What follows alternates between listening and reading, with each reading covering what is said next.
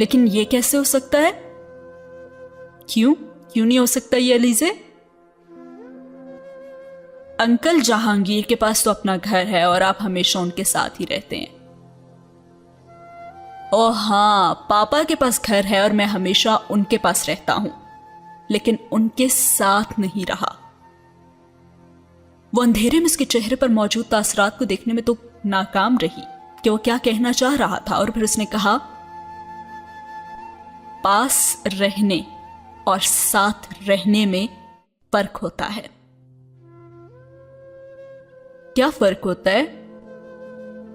تمہیں پتہ ہے پاپا کی پہلی پوسٹنگ جب لندن میں ہوئی تھی نا، تو انہی دنوں میرے پیرنٹس میں ڈیورس ہوئی تھی۔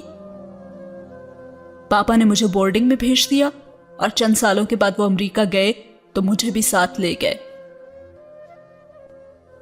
وہاں بھی میں بورڈنگ میں ہی رہا،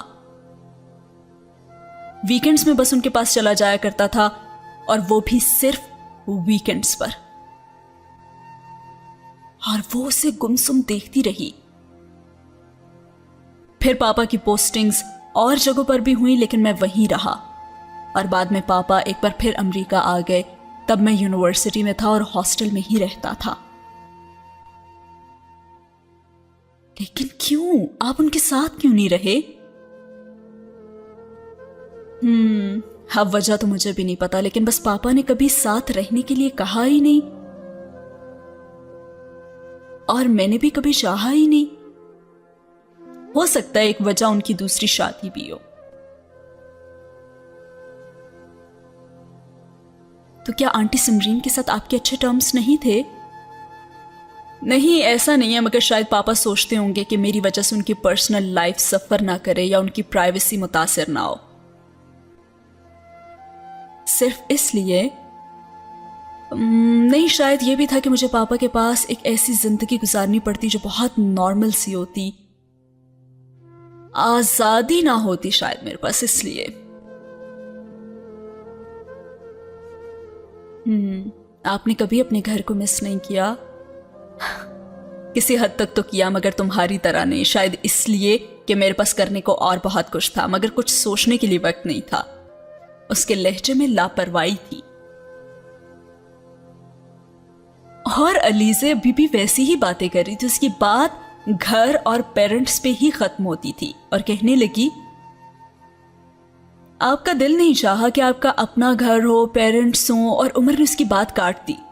اچھا فرض کرو دل چاہتا ہے، پھر کیا کروں؟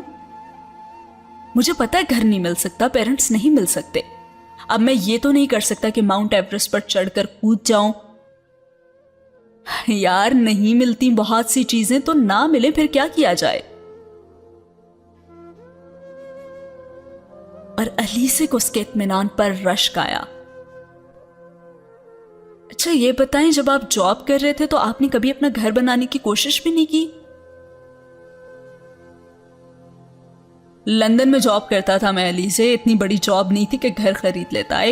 ایک کرائے کا فلیٹ تھا کمپنی کی طرف سے، چھوٹا سا تھا، صبح 6:30 نکلتا اور پھر رات کو 9:30 واپس آتا، صرف سونے کے لیے اسے استعمال کرتا تھا۔ اور ویسے بھی لندن اتنا مہنگا شہر ہے کہ وہاں گھر وغیرہ بنانے کا بندہ نہیں سوچ سکتا۔ پھر میں نے تو ویسے بھی بہت زیادہ عرصے کے لیے جاب نہیں کی، پاپا مسلسل مجبور کر رہے تھے فورن سروس کے لیے، تو بس اسی طرح وقت گزر گیا۔ اور علیزے کو کچھ شرمندگی ہوئی، اس کا عمر کے بارے میں ہمیشہ سے یہ خیال تھا کہ وہ اپنے گھر میں انکل جہانگیر کے ساتھ بہت اچھی زندگی گزار رہا تھا، اس لیے نانو کے پاس آنے پر وہ اس طرح برہم ہو گئی تھی، مگر وہ اسے کچھ اور ہی بتا رہا تھا۔ لیکن پھر بھی انکل جہانگیر آپ سے محبت تو کرتے ہیں نا؟ وہ پتہ نہیں کیا جاننا چاہ رہی تھی، اور جواب میں ایک طویل خاموشی آئی تھی۔ اور پھر علیزے نے کہا، انکل جہانگیر تو آپ سے محبت کرتے ہیں نا؟ علیزے نے اس بار قدرے بلند آواز میں اپنا سوال دہرایا۔ کیا؟ ہاں، محبت ہو سکتا ہے کرتے ہوں۔ یہ کیا بات ہوئی؟ اس کے غیر متوقع جواب نے علیزے کو حیران کر دیا۔ آپ کو خود نہیں پتا کہ وہ آپ سے محبت کرتے ہیں یا نہیں؟ نہیں، میں نے کبھی اس ٹاپک کو ڈسکس ہی نہیں کیا، ہمارے درمیان اور بہت سے ٹاپکس پر بات ہوتی ہے۔ لیکن وہ آپ سے محبت کرتے ہیں، اس نے اپنے الفاظ پر زور دیتے ہوئے کہا۔ اچھا، عمر نے یوں کہا جیسے علیزہ نے اسے کوئی نئی بات بتائی ہو۔ یہ بتاؤ کتنی فرینڈز ہیں تمہاری؟ عمر نے یکدم بات کا موضوع ہی بدل دیا۔ بس ایک ہی ہے، میں نے آپ کو پہلے بھی ایک بار بتایا تھا، علیزہ نے جواب دیا۔ ہاں یاد آیا، شہلا، یہی نام ہے نا؟ علیزہ کو حیرت ہوئی کہ اسے نام ابھی تک یاد تھا۔ ہاں آپ کو پتا ہے تو پھر آپ پوچھ کیوں رہے ہیں؟ بس ایسے ہی، تمہاری بہت زیادہ دوستی ہے نا اس کے ساتھ؟ ہاں بہت اچھی ہوگی وہ۔ ہاں، اسے اب عمر سے بات کرتے ہوئے کوئی گھبراہٹ یا الجھن نہیں ہو رہی تھی اور بے اختیار اس کی باتوں کے جواب دیے جا رہی تھی۔ اس کے علاوہ اور کوئی فرینڈ نہیں ہے؟ نہیں، میں بھی نہیں ہوں۔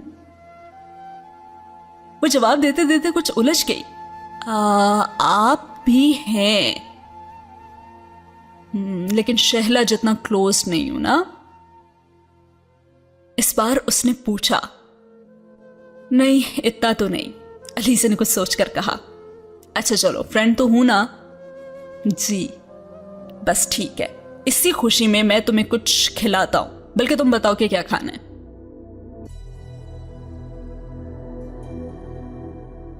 کچھ بھی نہیں۔ کم آن یار، آج آوارہ گردی کرتے ہیں، کہیں سے کچھ کھاتے ہیں، چلو برگر لیتے ہیں یا پھر آئس کریم کھائیں گے۔ آج رونے میں تم نے خاصی انرجی ویسٹ کیا نا، تو اب ضروری ہے یہ سب کچھ۔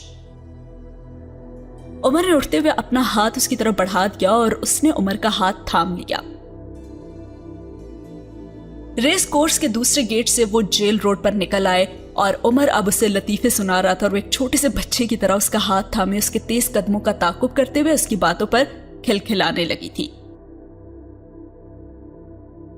ایک لمبا چکر کاٹ کر وہ شادمان کی طرف نکل گیا اور فٹ پاتھ پر لگے ہوئے برگر کے ایک سٹال سے انہوں نے برگر خریدے اور پھر بے مقصد مارکیٹ میں ونڈو شاپنگ کرتے ہوئے برگر کھاتے رہے۔ اور علیزہ کو اچانک احساس ہونے لگا تھا کہ عمر اتنا برا نہیں تھا جتنا وہ اسے سمجھ رہی تھی۔ اسے اس کے ساتھ اس طرح سے پھرنا بھی اچھا لگ رہا تھا اور عجیب سی آزادی اور اعتماد کا احساس ہو رہا تھا۔ اور برگر ختم ہونے کے بعد عمر اسے آئس کریم کھلانے کے لیے اسی طرح ایک اور سپاٹ پر لے گیا۔ 4 کون دے دیں؟ اس نے آئس کریم مشین کو آپریٹ کرنے والے سے کہا تو علیزہ نے اسے حیرانی سے دیکھا۔ 4 کیوں؟ یار 2 کھائیں گے نا؟ اس نے اطمینان سے روپے نکالتے ہوئے کہا۔ لیکن میں تو ایک ہی کھاؤں گی۔ نہیں یار، آئس کریم کون ایک کھاتا ہے؟ ہمیشہ 2 کھاتے ہیں اگر اپنے روپے خرچ ہو رہے ہوں، اور اگر کوئی دوسرا کھلا رہا ہو نا تو پھر 3 اور 4 بھی کھائی جا سکتی ہیں۔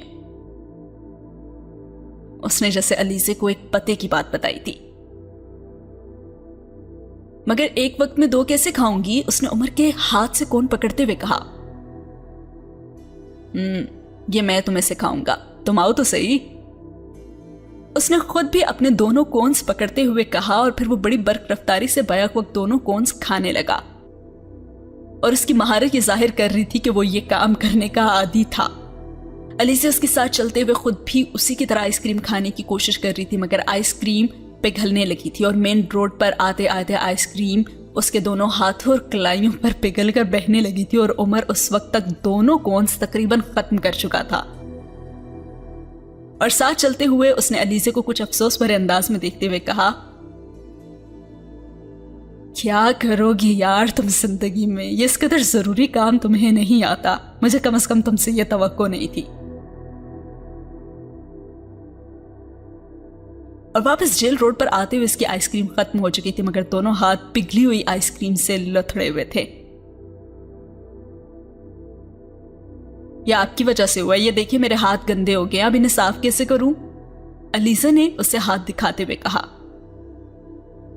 کیسے کروں گا کیا مطلب ہے؟ اپنی شرٹ سے صاف کرو، جیسے تم روتے ہوئے اپنے آنسو صاف کرتی ہو۔ عمر نے کچھ شرارتی انداز میں کہا اور وہ جھینک گئی۔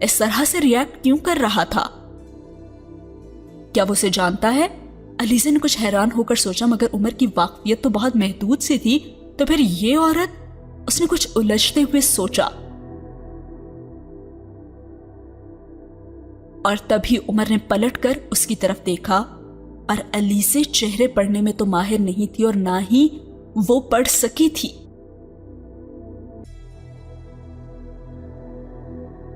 لیکن پھر بھی اس وقت عمر کے چہرے کو دیکھ کر اسے یوں لگا تھا جیسے وہ وہاں سے بھاگ جانا چاہتا ہے۔ وہ کچھ اور بھی الجھی تھی اس وقت، اور عمر کی آنکھوں میں سے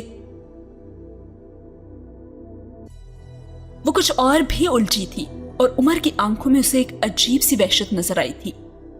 اور اسی وقت علیزے نے اس عورت کو عمر کی طرف متوجہ ہوتے ہوئے دیکھا، اور وہ ایک دم نانو سے باتیں کرتے کرتے رک گئی، اور پھر علیزے نے اسے چائے کا کپ میز پر رکھتے ہوئے بھی دیکھا۔